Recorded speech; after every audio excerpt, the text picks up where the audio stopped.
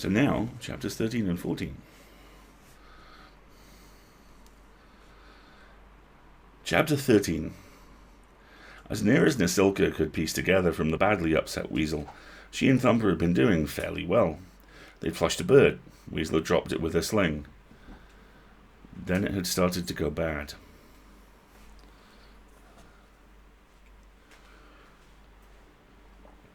Because when they'd startled the bird, they had also startled the deer. The deer took off across the clearing, and Thumper, seeing a whole banquet on the hoof, took off after it. Now, the fact that a goblin couldn't possibly catch a deer on foot had apparently not occurred to him. The deer ran, he ran, they broke into a clearing in the woods, and then he put his foot in a hole and went down hard. Weasel's first thought was that he'd broken a leg, but she didn't get close enough to see because the other occupant of the clearing had straightened up at that point. It was an elf. The elf had gone over to Thumper and crouched down, and Weasel didn't know what to do. Was he killing Thumper? Was Thumper killing him? Minutes dragged by. If it had been anyone else, Nasilka would have wondered why they didn't attack. But she wouldn't have put Weasel up against an injured field mouse. Sure, a sling can kill somebody if you use it right, but she'd have laid odds the thought hadn't even occurred to the little goblin. The elf stood up with a grunt. An unconscious Thumper was slung over his shoulder. There was blood on the goblin's head and a crude bandage. Bent nearly double, the elf made his way slowly across the clearing and into the woods. At this point, Weasel proved her worth utterly. She knew she couldn't track the elf once he was gone. She was pretty sure no one else in the 19th could either. Quick and quiet as her namesake, she followed. The elf had gone for nearly a mile, stopping occasionally to rest and set Thumper down. Weasel noted that the elf was being surprisingly gentle with his captive, and that he checked bandage, pulse, and pupils at every stop. This was not the behaviour she'd expect from elves, but then she'd never seen one anywhere but the other end of a sword before. At last, the elf emerged into a meadow, bright with wildflowers, dotted with bumblebees. On the far side, a large cabin rose under the trees, surrounded by a neat garden and a ramshackle barn. The elf set Thumper down and went to the barn. As soon as he vanished, Weasel darted out and shook Thumper's shoulder, but the big goblin was out like a light. His forehead was sporting an enormous lump. Either the elf had clobbered him a good 'un, or he'd smacked his head on a rock when he'd fallen in the meadow. The elf re-emerged from the barn, pushing a wheelbarrow. Weasel dropped low and scurried back to the tree line. As she watched, the elf sat Thumper into the wheelbarrow and took him up to the cabin. Weasel had watched only until Thumper vanished inside the cabin, and had then turned and run like a rabbit back to the 19th.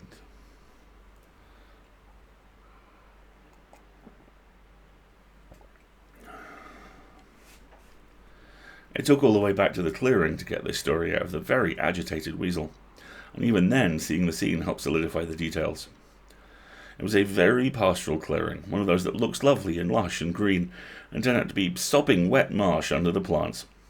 Sweet flag irises poked up proudly over the long grass, and Nasilka went over the ground carefully. And then she found a hole. It had a large goblin footprint in the mud at the bottom of it. A handprint skidded off to one side.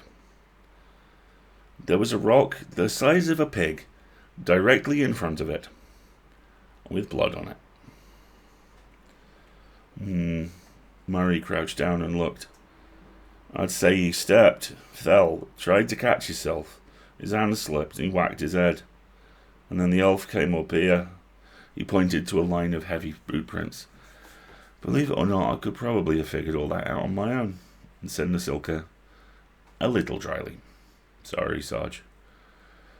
It does mean that the elf probably didn't hit him, which may mean he's not violently opposed to all goblins. It is possible we'll be able to get Thumper back peacefully. And if we can't? Nasilka stood up and looked around at the other 7. The teddy bear and Wiggles the kitten watched from atop their respective owners' heads. They did not look very warlike, but they had what they had. Well then, she said, we'll get him back by any means necessary. The elf was out in his garden with his back to them. As the goblins approached, he straightened, rubbing his back and grimacing. Nasilka couldn't blame him. Lugging someone Thumper's size over his shoulder must have been agony. Nasilka figured stealth wasn't exactly called for here, so she cleared her throat. He turned around and saw 8 goblins in a tight knot, bristling with swords, clubs, and boards with nails in them, facing him. The elf was about 6 feet and lanky, with white hair in a loose braid and quizzical eyebrows. His clothes were odd. Elves usually looked immaculate. It was how you could tell they were elves. You could cut an elf's leg off and he would contrive to make it look as if 2 legs were unfashionable. Elves were just like that. It was one of their more annoying traits. But this one wore a loose shirt that had been washed so many times the sleeves had shrunk, revealing bony wrists and pants with carefully patched knees. He had the usual elven cheekbones, sure, but they were more smudged with dirt. He was a bit scruffy. And he did not look scared. And he did not look angry. He didn't even look very surprised. Probably he'd known that where there was one goblin, more would be coming. But he did look a bit bemused. His almond-shaped eyes travelled over the goblins, not missing either Wiggles or the teddy bear. "Say something," hissed Nasilka, elbowing Murray in the ribs. "What? Why me? You speak Elvish. Say something useful." But do it!" Murray gulped, faced the elf, and stammered out a long phrase in Elvish, like a child repeating a speech it had learned by heart. The elf's eyebrows climbed until they nearly touched his hairline. He said something brief, and jerked a thumb to the left. Murray nodded weakly. "What did you say?" Nasilka demanded. "I asked him where the bathroom was." "What?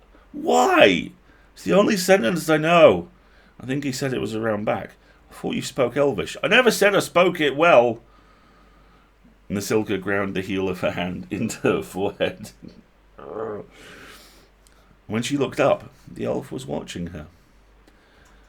She was expecting to find an expression of contempt or hatred or something, but he met her eyes with unexpected camaraderie, like the only other babysitter in a room full of children. What a beautiful line. I love that. Oh, yeah, that's a gorgeous phrase. How odd that our lives should bring us to this point, that look said. Despite herself, Nasilka warmed to it. "Alright, can't speak Elvish, I know a bit of human. There's no telling if the humans here speak the same as the ones where we're from." The elf cleared his throat. "Can you understand me?" he asked in fair, if oddly accented glibber. The 19th stared at him. Nasilka exhaled. "Oh, thank the great grim gods," she said. "You speak a civilized language." He smiled a little at that. "It has been many years, but if you speak slowly, I think I can keep up. Now, you are probably here to see your friend, yes?" They all nodded. "Please follow me."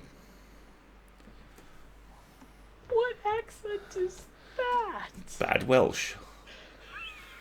Yes. Bad Welsh, bad Welsh, bad Welsh. She's bad. Okay, somebody clip that for me, please.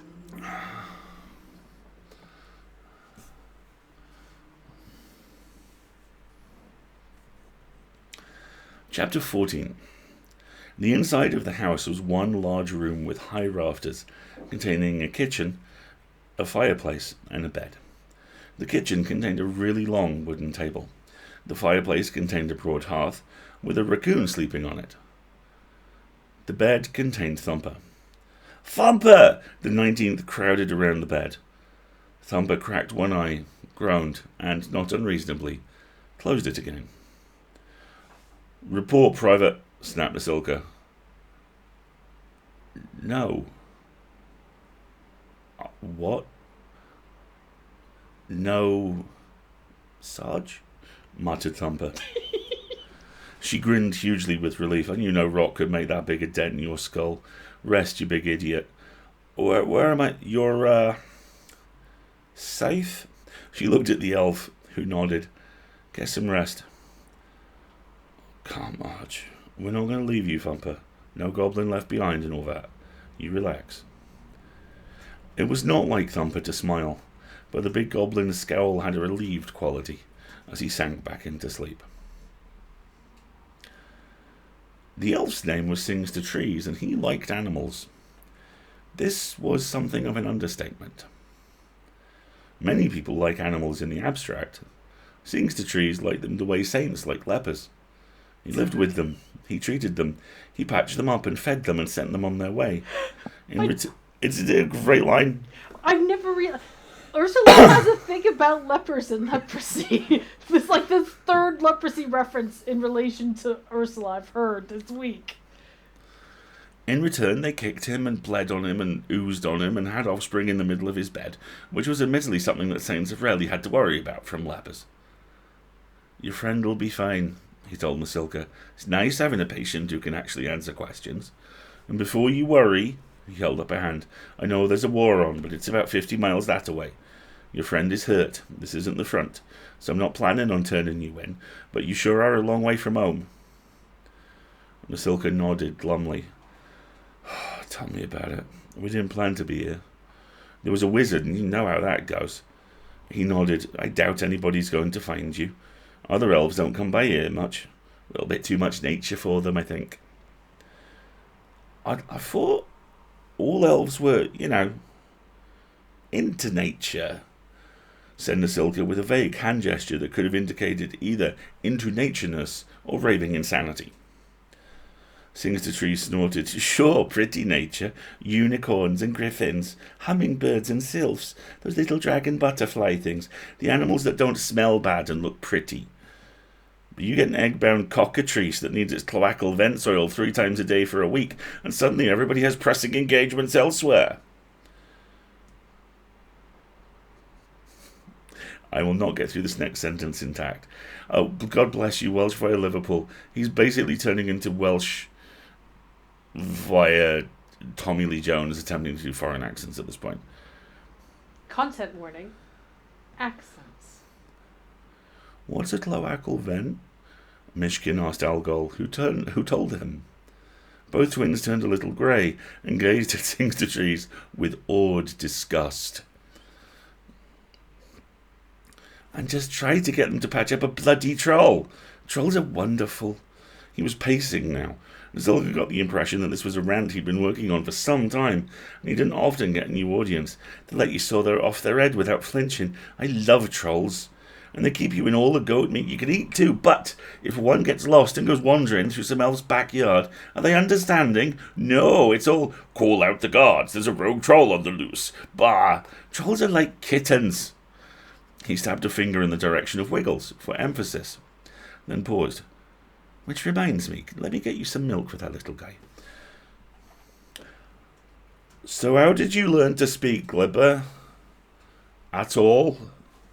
Asked Murray, while Sings to Trees poured out a saucer of milk for the kitten, and Murray made tea. All 8 of the uninjured goblins had crowded round the long table in the kitchen. The wood was scarred from countless claws, and the edge had a distinctively gnawed look. There used to be a lot of goblins here. Some were my friends. Used to treat their pigs. He smiled. Sometimes I'd treat them too. I don't know if the state of goblin medicine has advanced much in the last 100 years. No, it's still pretty much amputate at the neck, said Murray. The elf... Sorry, that one.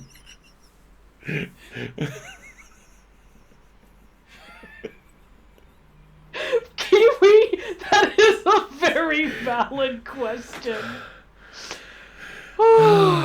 I'm sorry, that one kind of crept up on me. Oh my! It's that and the accident. Should we just kill him? Yeah, alright. The elf nodded. I was sorry when the tribe left. They were company anyway. Most elves don't come out this far. Humans aren't bad, really. I help their animals sometimes. Somebody comes up from the town every couple of days with cheese or bread or some such. Algol, Murray and Nasilka slid glances at each other at that. then quickly looked away. Murray looked at the ceiling, Algol at the floor. Nasilka ran a finger through a groove on the side of the table, which seemed to be a tooth mark from something with teeth the size of her thumb. "Has anyone come up in the last few days?" she asked quietly. The elf's forehead twisted. "There was bread? No, that was a while ago." "Now that you mention it, no. Nobody's dropped off food for almost a week." Nasilka nodded slowly. "We were just out of the village. Well, at a farmhouse. There was no one there." "You mean they left?" "No, I mean there's nobody there. The wagon's there, but no people, no animals, and we all left mid-bite." She shook her head. "We didn't check the village, obviously, but we didn't see anyone."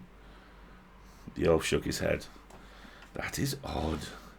It's really worrisome. Perhaps I should go look." Nasilka didn't want to go anywhere near that farmhouse again, but, well, he had fixed Thumper, and he did speak their language, kind of, and he wasn't turning them in. It would probably be better if he didn't get a chance to go off alone and have second thoughts about that last bit, come to think of it. Yeah, I really like that elves have a bad sense of time. I was last week. I was 30 years ago. Oh, okay.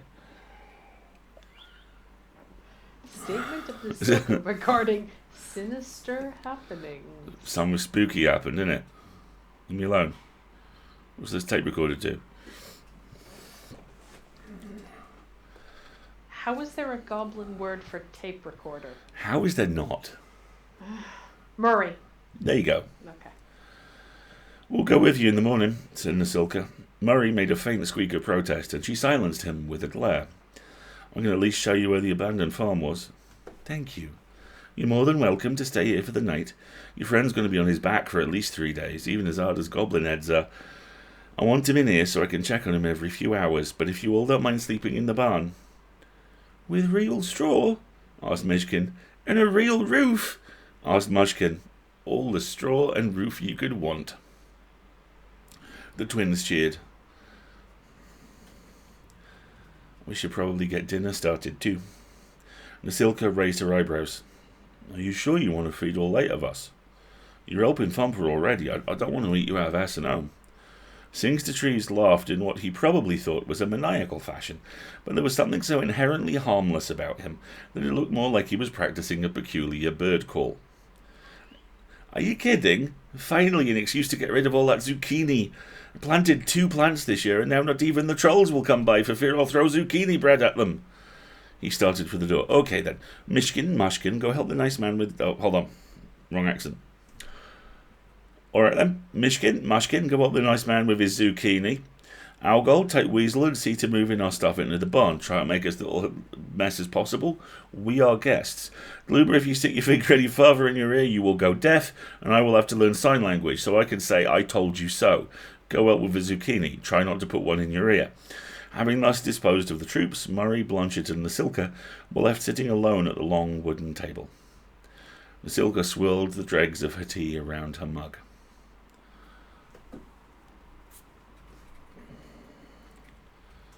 "What do you think?" she asked Murray.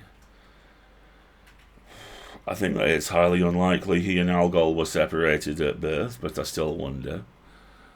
"No, I've met Algol's mother, lovely woman, but goblin to the bone. Do you think we can trust him?" Murray pulled on his ponytail. "We don't have much choice until Thumper gets better, do we? I don't know. If you're asking whether I think he's keeping us here until he can call in the elves, I don't think so. He really doesn't seem the type." "The bear trusts him," put in Blanchett. "Point in his favour," thought Nasilka.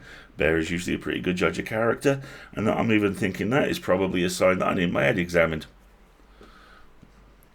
Singster straightened up and watched the goblins picking zucchini. The twins were an indeterminate shade of grey-brown, and their lumpy, dirt-streaked skin blended surprisingly well with the earth. If they hadn't been cheerfully finishing each other's sentences, he would have had a hard time spotting them.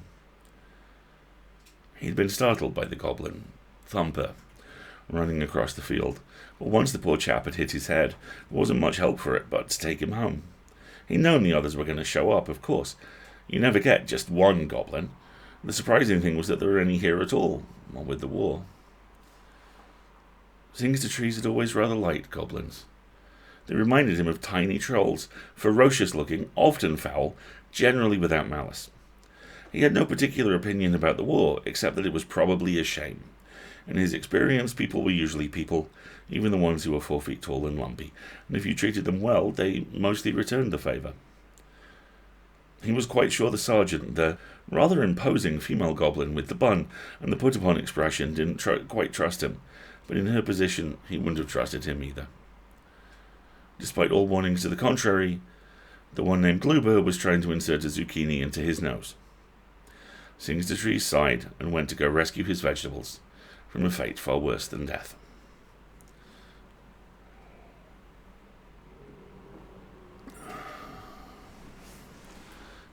The goblins approved of the zucchini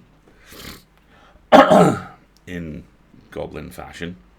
They sat around the table on barrels, crates, anything else that would hold them, complaining happily. "This is terrible! Worst zucchini I've ever seen. Looks like baked dog turd. And they're gritty! Did you even wash them? What's with this bread? I could use it to fix my boots. I think this butter's about to turn." The 19th polished off 3 bowls apiece. 5 loaves of zucchini bread, and Mishkin and Mushkin were licking the casserole dish clean. Nasilka opened her mouth to explain the cultural differences to the elf, and that he was actually receiving a compliment, only to find him standing behind Blanchet's chair and beaming. Apparently he really did know goblins. "All right, troops, take the man's bowls out to the pump and wash them, and do not half-ass it either. I want these clean enough to see my reflection. Murray, go supervise." Murray saluted idly and began herding the goblins out of the house. Blanchet started to rise, and Nasilka caught his shoulder. "Not you, Blanchet. I want to see if we can do anything about your ankle." "Oh, Sarge." Sings the Trees knelt on the floor and caught Blanchet's foot in one hand. Nasilka revised her opinion of the elf's courage upwards. She would have used tongs. "Does this hurt? Does this? How about this?" After a few minutes of prodding, he dropped the foot and vanished into the kitchen, absently wiping his hands on his tunic. "Just a moment." After a minute, Nasilka got up and began wandering restlessly through the house, listening to the bang of crockery from the next room. It was a decent house. Didn't look like the kind of place an enemy would live. There were no swords crossed on the wall, no severed goblin heads over the fireplace. The house was a little too clean and airy for a goblin, but it had a comfortable lived-in look. It was battered furniture, faded rugs. There was a young raccoon in the hutch by the fire. She hooked a finger through the mesh and it licked her hand. Even the raccoons were friendly. Nasilka felt that she ought to keep her guard up, because, well, she was in enemy territory, damn it, in the very home of the foe, but it was hard when she was stuffed on the foe's zucchini bread, and the foe's baby raccoon was slurping at her fingers. Sings the Trees emerged from the kitchen, arms full of pottery. Steam wreathed his face and plastered lank blonde hair to his forehead. "Your ankle will be fine," he told the goblin, slathering some kind of herbal plaster on it. It made Blanchet smell very strongly of mustard, which was something of an improvement over smelling very strongly of goblin. "Now drink this." Blanchet eyed the mug of murky brown herbs warily. "How do I know you're not trying to poison me?" Sings the Trees sighed and dipped a finger into the mug, then slurped the liquid off it. "There, happy?" "Well, now you've put your finger in it." Nasilka figured it was time to intervene. "Private, I know for a fact you haven't washed your hands since the war started. You have no business complaining about anybody else's fingers. Now drink the nice gunk already." Blanchet rolled his eyes upwards, possibly appealing to the authority of his teddy bear. After a moment, he grimaced. "He says to drink it." Listen to the bear. The bear is smart. The bear is wise. Also, that is an order. With a much put-upon impression, Blanchet drained the mug. Tastes like rat squeezings with too much honey. He considered. "Can I get the recipe?" "Off you go," muttered Nasilka, aiming a swat in his general direction. Blanchet dodged with surprising agility and hobbled out in good humour. "Thank you," she said to Sings the Trees. The elf waved dismissively. He didn't try to bite, kick, or gore. It's already an improvement over most of my patients. She grinned. She couldn't help it. He passed her another mug of tea. Might taste like rat squeezins, mind you, whatever a rat squeezin is. She rolled the liquid around on her tongue. You are almost certainly happier not knowing. Anyway, tastes like mud and rancid sticks to me. He raised an eyebrow. That means it's good. He nodded. I remember. Took me a while to get used to the goblin courtesies. He gestured with his own mug. Really? Thank you, she said. It's damn decent of you feeding us and letting us stay here for a few days. We were really not cut out for the woods. I'm glad to help. Sings the Tree stared into his own mug, possibly looking for the elusive rat squeezins. Anyway, if the town really is deserted, I'll be glad of company. Thanks for that, too, Ahsoka said. Well, for what? For not immediately assuming that we'd done something to the people in the village. You didn't even ask that. I appreciate that. He smiled faintly. I have known too many goblins. They're crude and sometimes they're a bit wicked, but I've never known them to be vicious. It surprised me to hear there was even a goblin war. Well, we had to do something, she bristled. He nodded. The silence stretched out while he ran a finger over the tabletop. For what it's worth, I'm truly sorry your people were driven to that. I wish there'd been another way. A laugh startled them both. That's the first time anybody's apologized. Odd little words. I'm sorry. Nazilka found that she didn't feel any better about the war, but she did feel quite a bit better about things to trees. So, you said there was magic. Some poor wizard sent you? Nazilka nodded. I think he was trying to escape the battle, but we all came with him. Knocked him out cold, anyway. Sings to Trees gave her a worried look. What did you do with him? It was embarrassing, but she suddenly found herself afraid she might disappoint the elf, which made her feel defensive. There wasn't much we could do, she snapped. We couldn't very well take him with us. And when a bunch of goblins show up at a human town with a human body, people tend to shoot first and not bother with the question bit at all. He was silent. Nazilka sighed. She had to stop snapping at him. He took it all as patiently as he probably took having Manticores vomit on him, but it wasn't fair. He was one elf. She couldn't make him stand for every elf that had ever been on the other end of a sword from her. I'm sorry. I truly am. I feel guilty and it's making me cross. We put a blanket over him and Algol got some water into him. I didn't know what else we could do. The elf nodded. Honestly, I don't know what else you could have done. Water and a blanket was a good thing. I could wish for a fire and food in him, but wizards. Well, if one woke up to a goblin troop, it could go very badly. Poor guy. He pondered. I could send a pigeon to the rangers and tell them to keep an eye out for a shocky wizard in that part of the woods. He paused. If you'd like to read it first. I wasn't going to tell them about you, but I understand. Nazilka shrugged. I can't read Elvish. And it'd look awfully odd if you sent them a note in Glibber, wouldn't it? Well, there is that. Sings the Trees looked into his mug, seemed surprised to find it empty, began digging in a tin for more tea. I wonder why the wizard picked that as an escape route, though, the elf mused. They don't do well with surprises, most of them. I think one would want to go to a safe place, familiar surroundings, the middle of a forest under elven protection. Seems a little strange. Maybe he was from around here, said Nazilka, who'd been wondering something similar herself, if she was honest. The humans from the town can go into the forest, right? As long as they don't cut the trees or overrun. Sings to Trees nodded. There are fairly strict rules and quotas, and the rangers check up on those, but generally we find that as long as they know what they can and can't do, and that there'll be repercussions if they break the rules, the humans are pretty reliable. And Nazilka sighed. Maybe that was our problem. We didn't make any rules. We just left. Sings to Trees shrugged. Might not have helped. Goblin tribes go everywhere, but they're usually pretty thin on the ground. You would have had a hard time enforcing the rules, whereas elves... Well, you're tall and impressive looking, and you can put an arrow into a squirrel's eye from 100 paces, said Nazilka.